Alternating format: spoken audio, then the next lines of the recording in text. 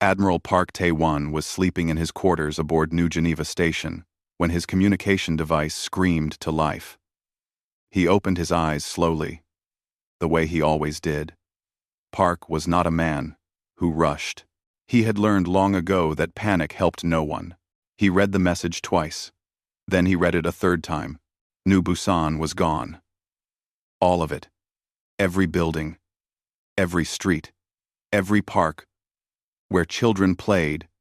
2.3 million people had lived there when they woke up that morning.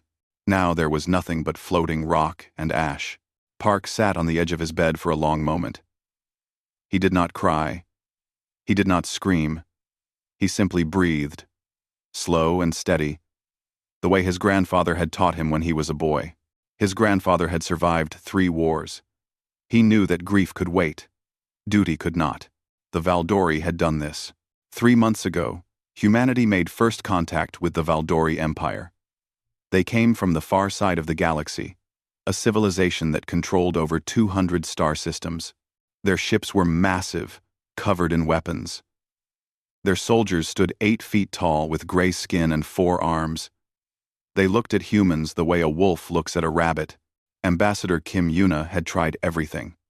She was the best diplomat humanity had, a woman who had ended conflicts on 6 different worlds with nothing but words and patience. She met with the Valdori leaders 17 times. She offered trade agreements, cultural exchanges, shared technology. She smiled when they insulted her. She stayed calm when they threatened her. It did not matter. The Valdori did not want peace. They wanted submission. Their empire had grown for 10,000 years by conquering the weak. They looked at humanity's small territory and peaceful ways and saw easy prey.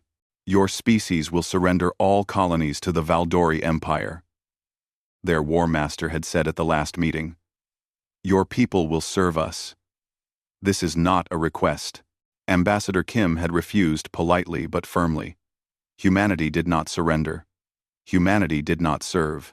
The war master had smiled with too many teeth. Then, we will teach you the cost of defiance. New Busan was that lesson. The colony had no military value. It was a farming world, filled with families and farmers and teachers and doctors. The Valdori chose it specifically because it was defenseless. They wanted humanity to understand that resistance meant death. Park walked to his command center, still moving slowly. Officers rushed past him in the hallways, their faces pale with shock and fear. Some were crying.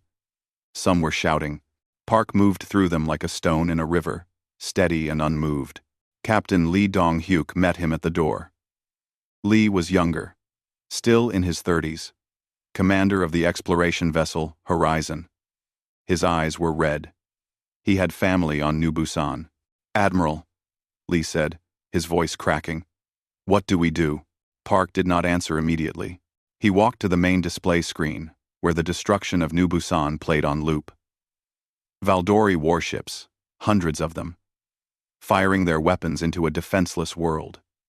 Buildings exploding, people running, then nothing but fire. The entire room was silent. Watching him, Ambassador Kim arrived moments later. She looked 10 years older than she had that morning. Her hands were shaking. Admiral Park, I need to contact the Valdori leadership. No. Park's voice was quiet, but it cut through the room like a blade. Kim stepped closer. Admiral, I understand your anger. I share it. But we must consider our options. The Valdori fleet is massive. If we fight them directly, Ambassador. Park turned to face her. His eyes were calm, but something burned behind them. Something ancient and cold. They killed 2.3 million of our people. Children. Ambassador. They burned children alive to send us a message. Kim swallowed hard. I know. But war with the Valdori could mean billions more dead. We have to think about Tudavai, Kudavai, Tudavai, Tudavai, Tudavai, Tudavai, Tudavai, Tudavai, Tudavai, Tudavai. I am thinking, Ambassador. I am thinking very clearly. Park turned to his communications officer. Lieutenant No. Open a secure channel to Lunar Command. Authorization code Omega 773. Lieutenant No Unbi, a young woman barely 25 years old, hesitated. She had never heard that authorization code before. It was not in any manual she had studied. Sir?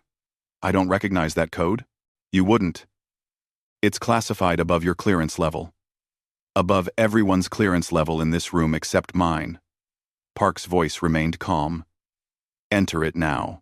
No typed in the code. The screen flickered. A new interface appeared. One she had never seen before. Deep in the lunar surface, doors that had been sealed for a century began to open. Ambassador Kim felt a chill run down her spine. Admiral, what is Protocol Omega 7? Park watched the screen. Deep beneath the moon, lights were coming on in facilities that officially did not exist. Weapons that had never been used were powering up. Ships that appeared on no registry were being prepared for launch. For 300 years, Park said slowly, humanity has shown the galaxy a kind face. We have traded fairly. We have negotiated peacefully. We have never started a war, never conquered a world, never used our full strength against anyone. He turned to face the room. Every officer, every diplomat, every crew member was staring at him. The galaxy thinks we are weak. The galaxy thinks we are harmless. The galaxy thinks that because we choose peace, we are incapable of war. His voice dropped even lower. The Valdori just learned differently. The rest of the galaxy is about to learn as well. Ambassador Kim felt her mouth go dry. What does Protocol Omega 7 mean? Admiral? Park looked at her with eyes that held no anger, no hatred, only a terrible, ancient sadness. It means we stop pretending. Lieutenant No Unbi had served in the United Earth Coalition military for 4 years. She thought she knew her own government. She thought she understood what humanity was capable of. She was wrong. Loading downs in T-Tower. Afrikit. The facility beneath the moon's surface was massive. It stretched for miles in every direction, carved into the ancient rock by machines that worked in secret for over a century. The walls were smooth and cold. The lights were harsh and white. Everything felt like a tomb. Admiral Park walked ahead of the group, his footsteps echoing in the empty corridors. Ambassador Kim followed close behind, her face pale. Captain Lee walked in silence, his jaw tight, and Lieutenant No brought up the rear, trying to understand what she was seeing. They passed weapons she did not recognize. Ships that looked nothing like the vessels she had trained on. Soldiers in black uniforms, who saluted Admiral Park, but said nothing. Their eyes flat and cold. Finally, they reached a large conference room. A woman was waiting for them inside. She stood by a holographic display, her gray hair pulled back tight, her uniform covered in medals that No had never seen before. General Baek Soo-min, Park said. Thank you for meeting us. General Baek nodded once. Her face showed no emotion. No noticed that the general's eyes never stopped moving, watching everyone in the room, measuring them. Admiral, I received your activation code. I assume this is about New Busan. Yes. Baek pressed a button on her console. The holographic display came to life, showing images that made No's blood run cold. Weapons, hundreds of them, thousands of them. Weapons that could crack planets open like eggs. Weapons that could tear holes in space itself. Weapons that could kill every living thing in a star system with a single activation. What is this? Ambassador Kim whispered. A man stepped forward from the shadows. He was thin, with tired eyes and hands that shook slightly. Dr. Choi Hyun-woo, according to his name badge. He looked like he had not slept in years. This is what humanity has been building in secret for the past 150 years, Choi said. His voice was soft, almost apologetic. I designed most of these myself. I wish I hadn't. He pointed to the first weapon on the display. It looked almost beautiful. A sphere of perfect silver. Void Breaker. When activated, it creates a tear in space-time approximately 1 light-minute in radius. Everything inside that radius simply stops existing. Not destroyed. Not burned. Erased from reality itself. No felt sick. How many of those do we have? Choi looked at the floor. 347. The next weapon appeared. It looked like a simple black box. Neural cascade. It sends out a signal that overloads any neural network, organic or artificial. Every brain, every computer, every thinking thing within range dies instantly. No pain. They simply stop. Range? Captain Lee asked quietly. Adjustable. Maximum range is approximately 1 planetary system. Ambassador Kim grabbed the edge of the table. Her knuckles were white. This is insane. Why would we build such things? We're supposed to be peaceful. General Baek finally spoke. Her voice was flat and cold, like ice cracking. Because we remember what we are, Ambassador. She pulled up historical footage on the display. Ancient images from Earth's past. World wars. Nuclear explosions. Concentration camps. Chemical attacks. Genocide after genocide after genocide. Humanity invented total war, Baek said. We created the concept of killing not just soldiers, but everyone. Women, children, elderly. It didn't matter. We industrialized death. We built factories whose only purpose was to kill people more efficiently. The images continued. Mushroom clouds over cities. Mass graves. Faces twisted in agony. We split the atom, Baek continued. And within years, we used it to vaporize 2 entire cities. Our own species. Our own planet. We did that to ourselves. She turned to face Ambassador Kim directly. When humanity reached the stars, we looked back at our history, and we were horrified. We saw what we truly were. So we made a choice. We buried our weapons. We preached peace. We showed the galaxy a kind and gentle face. But you kept building, Kim said. You kept making these monsters. Renster. Yes, because we knew the truth. Baek's eyes were hard as stone. We knew that someday, somewhere, someone would mistake our kindness for weakness. Someone would push us. Someone would hurt us. And when that day came, we would need to remember how to be monsters again.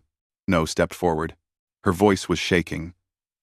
So, everything we showed the galaxy, all our peaceful expansion, our diplomatic missions, our trade agreements, it was all a lie? Admiral Park answered her. His voice was gentle, almost sad. Not a lie, Lieutenant, a choice. We genuinely wanted peace. We genuinely tried to be better than our ancestors. But we never forgot what we were capable of. We simply chose not to show it. Until now, Baek added.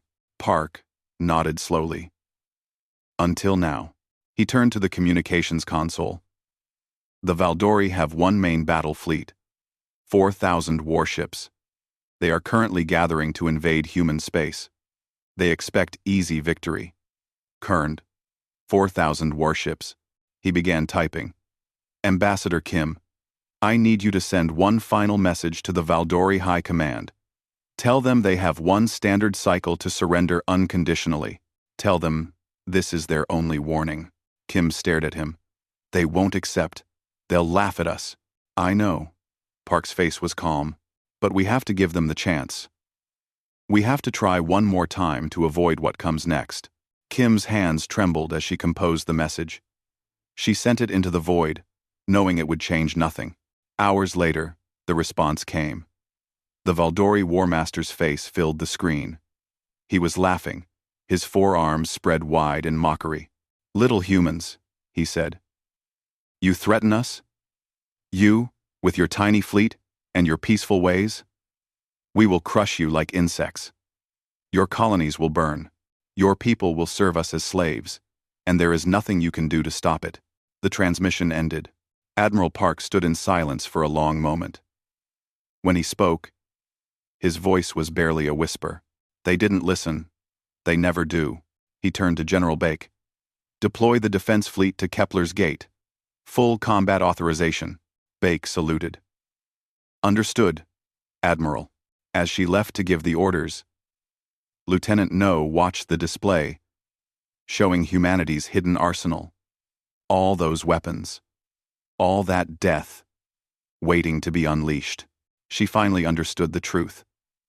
Humanity had spent 3 centuries trying to be good, trying to be kind, trying to be better.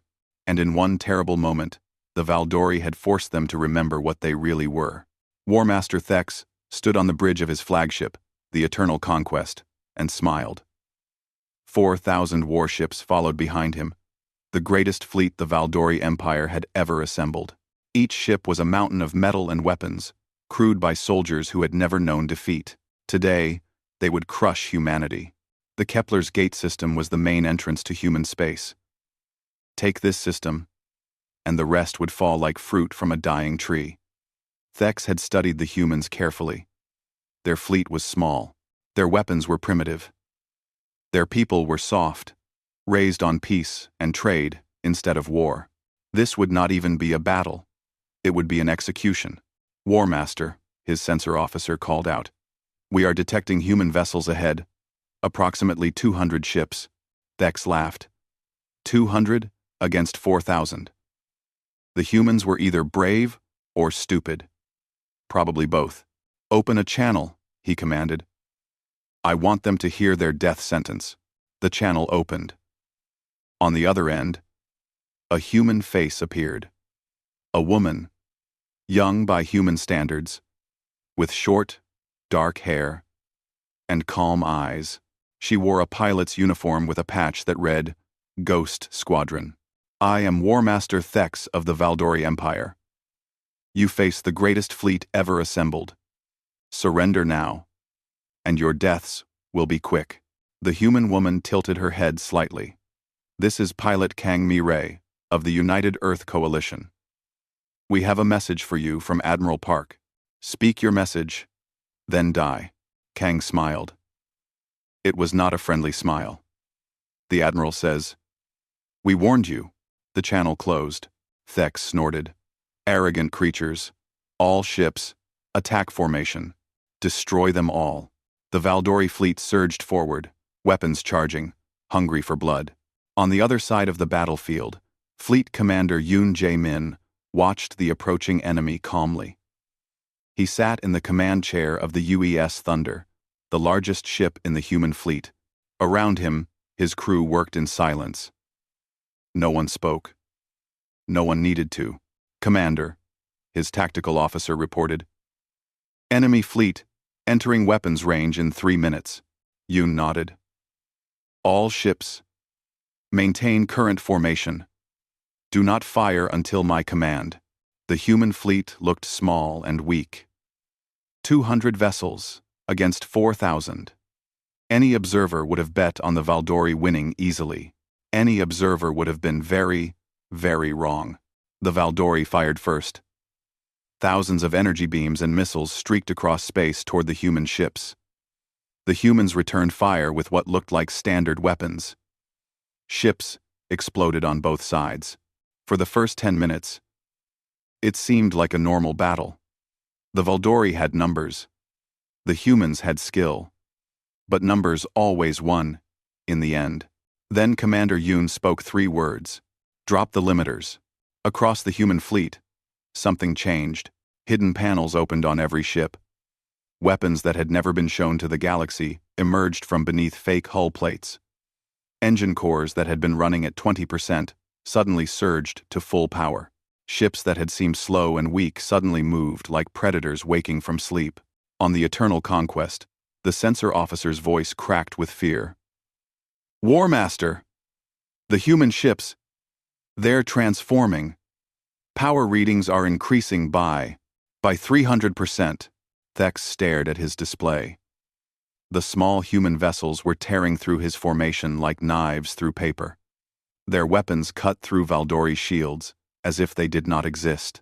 Their ships moved so fast his gunners could not track them. Pilot Kang led Ghost Squadron through the heart of the Valdori fleet. Her fighter was small and fast, dancing between enemy ships like a leaf in the wind. She had trained for this her entire life. Every simulation, every exercise, every sleepless night had prepared her for this moment. The Valdori pilots were good, but they had never faced humans who were not holding back. Kang destroyed her first ship with a precise shot to its reactor core, then her second, then her fifth, then her 10th. Her squadron followed her lead, weaving through the enemy fleet, leaving explosions in their wake. Ghost Leader, her wingman called out. I'm counting over 200 confirmed kills for the squadron. Keep counting, Kang replied. We're just getting started. Commander Yoon watched the battle unfold with grim satisfaction. The Valdori were dying by the hundreds. Their formation was breaking apart. Their commanders were screaming contradictory orders. Sir, his weapons officer reported. We're ready to deploy the primary weapon. Yoon closed his eyes for a moment. He knew what this weapon would do. He knew that once they used it, the galaxy would never see humanity the same way again. But the Valdori had killed 2.3 million innocent people. They had burned children alive to send a message. They had laughed when humanity asked for peace. Deploy the Void Breaker. A single silver sphere launched from the thunder. It drifted toward the center of the Valdori formation, small and harmless looking. Then it activated. Reality itself screamed. A sphere of absolute nothing appeared in the middle of the Valdori fleet.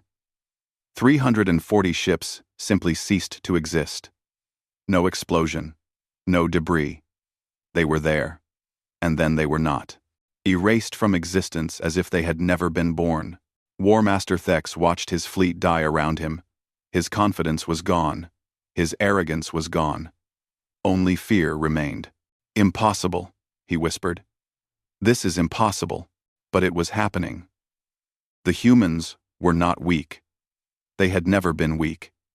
They had been hiding, pretending, waiting, and now the mask was off.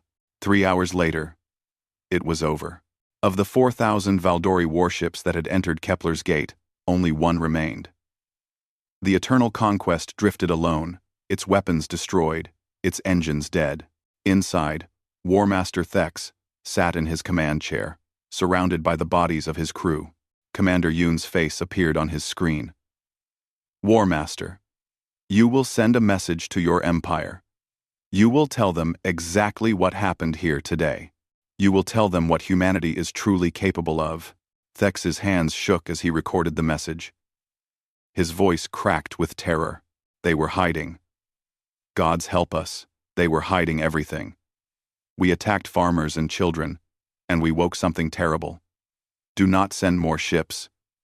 Do not continue this war. They are not what we thought they were. They are not prey. They are. He could not finish the sentence. Yoon let the message transmit. The entire Valdori Empire would see it. They would see their greatest war master, broken and afraid, warning them about the monsters they had awakened. Then the Eternal Conquest exploded, and the Battle of Kepler's Gate was over. Back at New Geneva Station, Admiral Park received the battle report. Human losses, 12 ships. Valdori losses, 4,000 ships. Now they know, he said quietly. Send the second warning. Her shuttle had landed on Valdori Prime 1 hour ago. She had no guards, no weapons, no escort. Just a single human woman in a simple diplomatic uniform walking through the heart of an empire that had tried to destroy her species. The Valdori Capitol building was enormous. It rose 3 miles into the purple sky, covered in statues of past conquerors and monuments to ancient victories. For 10,000 years, enemy ambassadors had walked these halls to beg for mercy. None had ever left with their dignity intact. Shin did not plan to beg. Armed guards surrounded her as she walked. Hundreds of them, each standing 8 feet tall, their forearms holding weapons that could kill her instantly. They watched her with hatred in their eyes. This small, soft creature had come from the species that had just destroyed their greatest fleet. They wanted to tear her apart. Shin ignored them completely. She walked with her back straight and her head high, as if she were taking a peaceful stroll through a garden. Her footsteps echoed in the massive hallway. Click, click, click. The sound of a single human. Utterly unafraid. The throne room was even larger than the hallway. 10,000 Valdori nobles filled the viewing galleries, all of them staring down at the tiny human who dared to enter their sacred space. At the far end of the room, on a throne made from the bones of conquered species, sat High Sovereign Vex. Vex was ancient, even by Valdori standards. His gray skin was wrinkled and scarred. His 4 arms ended in claws that had personally killed thousands. He had ruled the empire for 300 years through strength and terror. He had never felt fear in his entire life. Until now. Shin stopped at the center of the room. She did not bow. She did not kneel. She simply stood there, looking up at the most powerful being in the Valdori Empire, as if he were a minor official. I am Ambassador Shin Hei-jin of the United Earth Coalition. I bring terms from my government. Vex leaned forward. His voice echoed through the chamber. Terms? You come to our homeworld to offer us terms. After what your species did at Kepler's Gate? Your species killed 2.3 million of our people first, Shin replied calmly. Including 400,000 children, we responded. Oh. Murmurs ran through the crowd. Some of the nobles shifted uncomfortably. They had not known about the children. Vex waved his upper arms dismissively. Casualties of war. They were weak. They died. This is the natural order. Shin's expression did not change. Humanity has different views on natural order. Our terms are as follows. 8. She pulled a small device from her pocket. A holographic document appeared in the air. Complete and unconditional surrender of the Valdori Empire. Full withdrawal from all disputed territories. Payment of reparations for the destruction of New Busan. All military commanders responsible for the attack will stand trial for crimes against humanity. The throne room erupted. Nobles screamed in outrage. Guards raised their weapons. Vex himself stood from his throne, his ancient body shaking with fury. You dare? You come here, one small creature, and demand our surrender? He pointed a clawed finger at her. I should have you executed where you stand. Shin smiled. It was the smile of someone who knew something others did not. You could try. She pressed a button on her device. 30 new contacts appeared on every sensor screen in the capital. 30 human ships, massive and dark, orbiting Valdori Prime. They had been there for 6 hours. No one had detected them. Each ship carried a planet cracker. The throne room fell silent. Those ships have been above your world since before I landed, Shin said. Her voice was still calm, still pleasant, as if she were discussing the weather. Kill me, and Valdori Prime becomes dust before my body hits the floor. Vex sat back down slowly. For the first time in 300 years, he understood what it felt like to be helpless. This is barbaric, he whispered. Yes, Shin agreed. It is. We learned it from ourselves. Meanwhile, across the galaxy, a different message was being delivered. Representative Oh Sung-ho stood before the Galactic Council. Dozens of species filled the chamber, each one watching the human with a mixture of curiosity and fear. Word of the Battle of Kepler's Gate had spread across known space. Everyone wanted to understand what humanity truly was. Oh was not a tall man. He was not intimidating. He looked like someone's grandfather, with kind eyes and gentle hands. But when he spoke, the entire chamber listened. For 300 years, humanity has been part of the galactic community. We have traded fairly. We have kept our promises. We have never started a war, never conquered a world, never used force except in self-defense. He paused. Many of you thought this meant we were weak. He pressed a button. Images appeared on the main display. Ancient images from Earth's history. Wars, weapons, the terrible things humans had done to each other. We are the species that invented total war. We created weapons that could destroy entire cities in seconds. We built machines whose only purpose was to kill as many people as possible, as quickly as possible. We turned death into an industry. The images continued. Nuclear explosions, chemical attacks, mass graves. We did these things to ourselves, to our own species, to our own families. When we finally reached the stars and looked back at our history, we were horrified. O's voice grew softer. So we made a choice. We buried our weapons. We chose peace. We decided to be better than our ancestors. And for 300 years, we tried. We genuinely tried. He looked around the chamber. But we never forgot what we were. We never forgot how to be monsters. We simply chose not to be. His eyes hardened. The Valdori killed 2.3 million of our people. They murdered children to send a message. They laughed when we asked for peace. They thought our kindness was weakness. He spread his hands. Now the galaxy knows the truth. Our kindness was not weakness. Our kindness was a cage we built to contain ourselves. The Valdori broke that cage open. On Valdori Prime, Ambassador Shin waited for High Sovereign Vex to respond. The old ruler sat on his throne, surrounded by nobles who no longer looked arrogant. They looked terrified. "If we refuse your terms?" Vex asked. His voice was barely a whisper. Shin's smile faded. Her eyes went cold. "Then we stop pretending to be civilized." The words hung in the air like a death sentence. Vex looked at the sensor display. At the 30 ships orbiting his homeworld. He thought about the 4,000 warships destroyed at Kepler's gate. He thought about the weapons the humans had revealed, the technologies they had hidden for centuries. He thought about what humanity might do if pushed further.